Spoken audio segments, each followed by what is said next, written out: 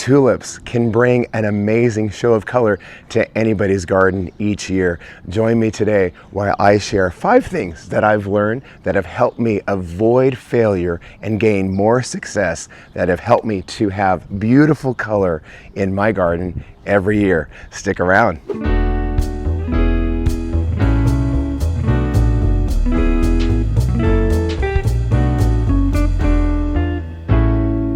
So the first thing that I've learned when planting tulips is to start with the most healthy bulb that is possible.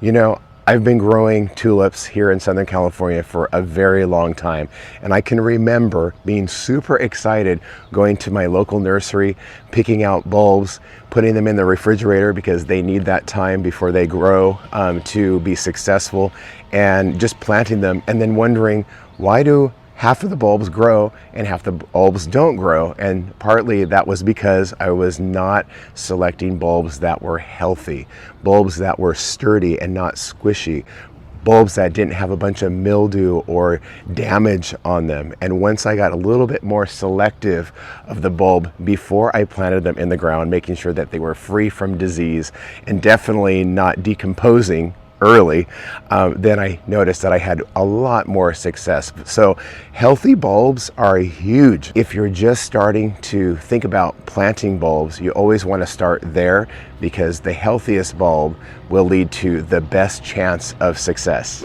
Okay, so the second thing that I kind of alluded to already is a prolonged period of chill, which is very important for the bulbs to push their blooms. And here in Southern California, we call that forcing the bulb, because we're forcing a chill on the bulb in order to make them bloom like this.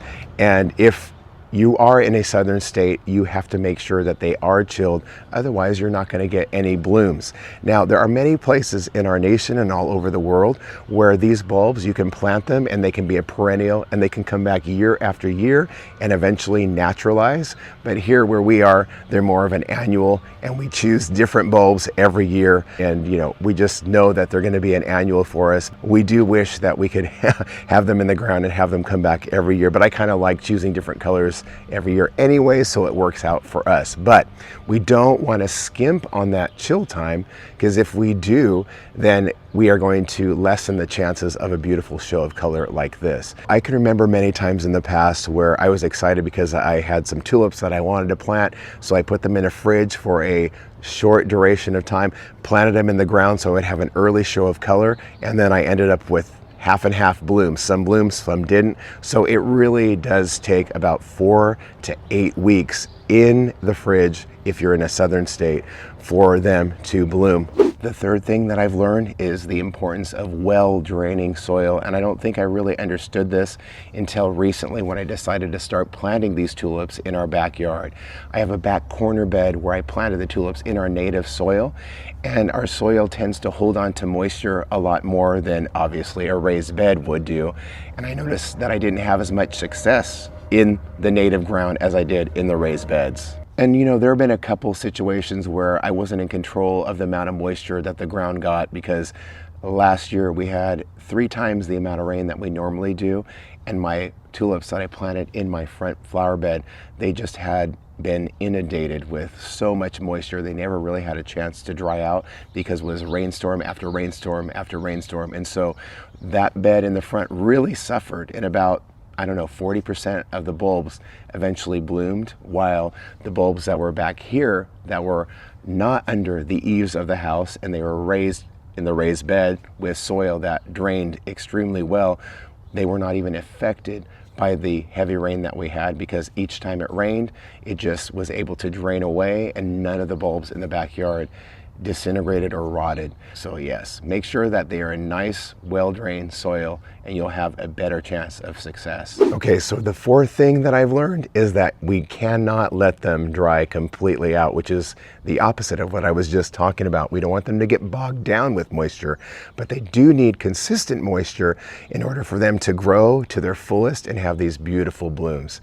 Recently, we've had about 3 to 4 days of temperatures over 80 degrees in February. And here, because we do force our blooms, our tulips bloom really, really early in the season, way earlier than across our nation, because a lot of people are still experiencing winter, so they don't have to really worry about that. But if you're in a place where they start to push their blooms and you get some warm weather, you want to make sure you monitor that soil, because if it does dry out, they could eventually burn to a crisp, and you cut your flowering time sometimes in half. And those blooms that have not yet opened still need that moisture so they can grow to their fullest potential and eventually lead to even more beautiful blooms in succession of your first blooms. So the fifth, and probably one of the most important things that I've learned, which I didn't realize how important it was until I skimped on it, is to make sure that you have fertilizer when you plant your bulbs. I've used different kinds of fertilizer. I've used organic bulb tone by Espoma. I've also used bone meal, which is also great for any bulb, gladiolus, daffodils, tulips, hyacinths, anything like that. But if you forget to do that, sometimes you can notice a big difference in your bloom production. So that's something that you definitely don't want to skimp out on, because one year I was just really in a hurry to get them in the ground after that prolonged period of chill.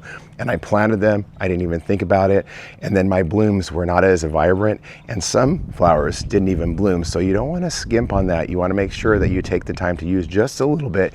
You don't need a lot, just a little bit in the ground upon planting. Obviously, we want to have the best chance possible to have this kind of show in our yard. So those are the 5 main things that I've learned along the way. And once I started to really understand that, I eventually started to have a lot more success. And like I said before, I've been growing tulips here in Southern California for a long time. And it's so exciting to see people walk by and go, wait a minute, those plants don't normally grow here. How cool is that? But what people don't see though, is that we've had years of experience, trial and error, making sure that we keep these 5 things in mind, and I've learned a lot along the way. So now that we've talked about all the things that I've learned, let's take a look at this season's tulips from the moment we planted them to the moment they started to break ground, and eventually progression of growth that ended with this beautiful show of color. Enjoy this.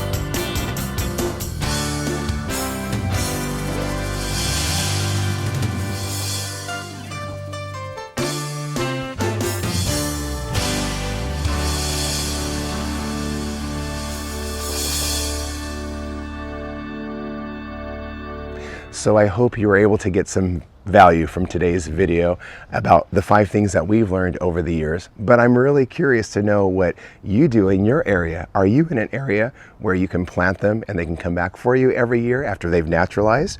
Or are you somewhere like us where we treat them as an annual and we have to pre-chill our bulbs? I'd really like to know. So until next time, everybody, we thank you for being here today. Hopefully I'll have more of a voice next time when I share with you what we have going on in our next video. But I really do want to thank you, and we'll see you again very, very soon. Take care, everybody. Bye-bye.